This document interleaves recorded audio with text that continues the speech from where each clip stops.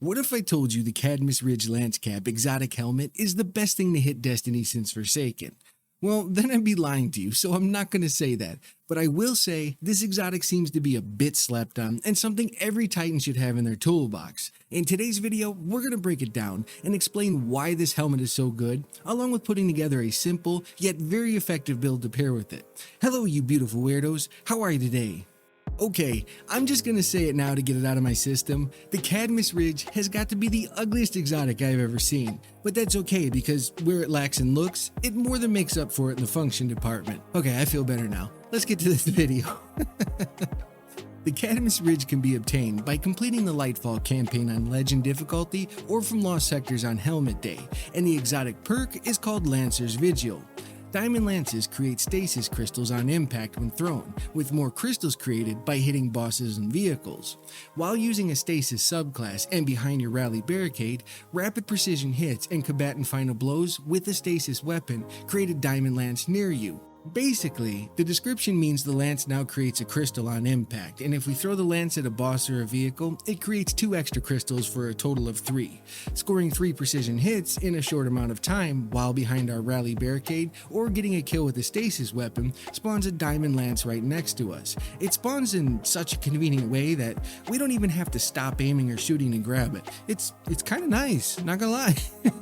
On the outside, this thing doesn't sound great, but that, my friends, is just the tip of the iceberg if we start thinking a little outside the box on this one. Let's break it down. Our diamond lance now creates a stasis crystal wherever we throw it.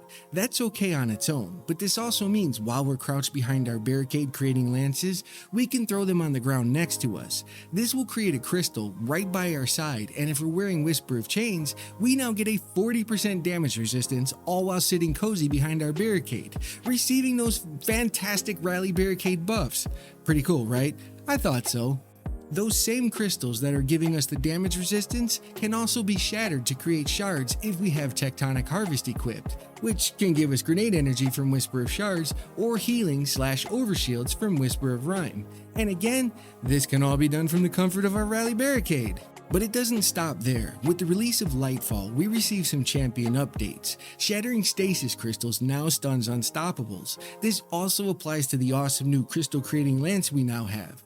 We can sit back, keep hitting crits or getting kills with stasis weapons to make more lances and keep stunning unstoppables. The footage you're watching in the background wasn't a clean run, and I'm a little embarrassed. I had a few hiccups, but I was way underleveled for this and the lance was still putting in work. Imagine how much easier this would be if I was at a higher level and didn't need to worry about dying from being sneezed on. Do you remember those extra crystals I mentioned earlier when throwing the lance at a boss or a vehicle? They come in handy when going for some DPS because the crystals do shatter damage. It's not an outrageous amount of damage, so I'm not even going to pretend, but it's still extra damage, and we can get even more mileage out of those crystals if we have Whisper of Fissures equipped to boost the shatter radius and damage of the shatter effect. I sound excited, don't I? That's because I am. Guys, this thing is good. I legit thought it was going to be another one of those exotics with a long description because Bungie didn't know what to do with it. Turns out I was wrong, and I'm glad I was because I'm tired of terrible Titan exotics like those stupid cannonball arms that are useless and nobody wants them. Anyways, getting back to the Cadmus Ridge. I put together a simple build to pair with this exotic that focuses on fast barriers, some grenade spamming, and a little extra protection since this build was geared more towards harder content. Since orbs are now a vital part of any build for armor charges, we're going to focus on creating as many as possible by equipping Harmonic Siphon on the helmet, Firepower on the arms, and Reaper on the class item. All 3 of these mods are pretty much a must-have on most builds because Harmonic Siphon will switch to match whatever subclass we currently have equipped, which will drop orbs from matching weapons. Firepower creates orbs from grenade kills, and this includes the shattering of glacial grenades when it kills adds, by the way. And Reaper only requires using our class ability and then getting a weapon kill. These will give us plenty of orbs to keep a consistent stack of armor charges. Now the mods we're going to use to consume those armor charges are as follows. Grenade Kickstart twice on the arms to reduce grenade cooldown when using our grenades. These will give us varying amounts based on how many armor charges we have at the time of throwing our grenade. Also, don't forget to use authorized grenade mods on the artifact to reduce the cost of Grenade Kickstart. I almost forgot to mention that one. Emergency reinforcement on the chest to gain a damage reduction when our shields are broken, consuming 3 stacks of charges. How long the reduction is depends on how many charges we have above 3.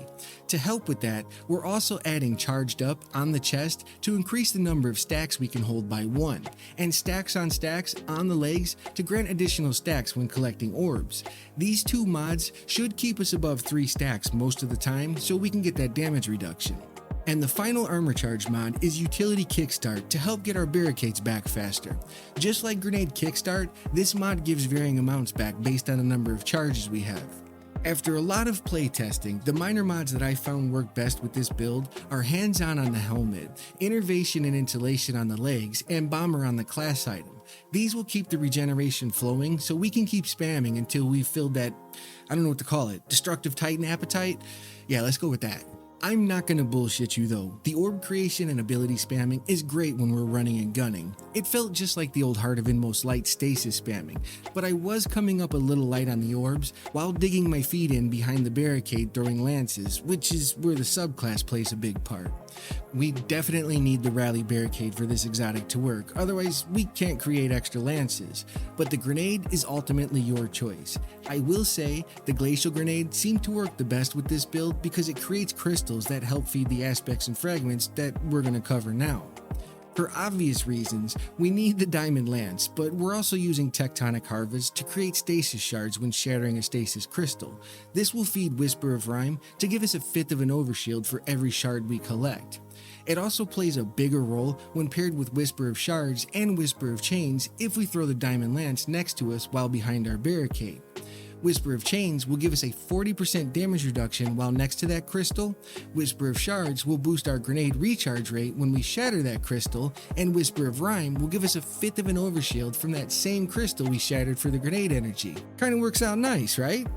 For some bonus class ability energy and to help when we throw the lance at a boss or a vehicle, we're adding Whisper of Fissures to increase the damage and size of the burst from shattered crystals, and Whisper of Refraction for class ability energy when defeating slowed or frozen targets. And don't worry, I'm going to leave an infographic at the end of the video showing where everything goes. The last thing I want to talk to you about is the weapons. I tried a bunch and only a few stood out to me. The Aegir Scepter, Vergless Curve, Lunalata 4B, and the Dimensional, whatever that word is, Wave Grenade Launcher. All 4 of these did exceptionally well with this build. The Vergless Bow sucks at long range with the crystal rounds, but we can use those next to us while hanging out behind our barricade, which in return will give us all the benefits of the fragments. I'm usually not a sit and place type of player, and I'm really good at getting myself in trouble because I like to be in the middle of everything. But this build has kind of changed my ways a bit on the stasis subclass. It's all about the original Titan way by being ready for anything and standing our ground. We become the front line by holding down the fort with diamond lances and icicles, and it just feels right. Let me know your thoughts. If you found this video helpful, a like would be awesome. But more importantly, be true to yourself and remember to be good to one another. Thank you! I don't fucking take smoke, I'ma poke a hole through you, choking's overdue. Come at me and you won't get any older, dude, crack your holder too. Heating up inside of me, blood so violently, thanks for trying me. Now it's finally time to see how this rivalry becomes a dynasty.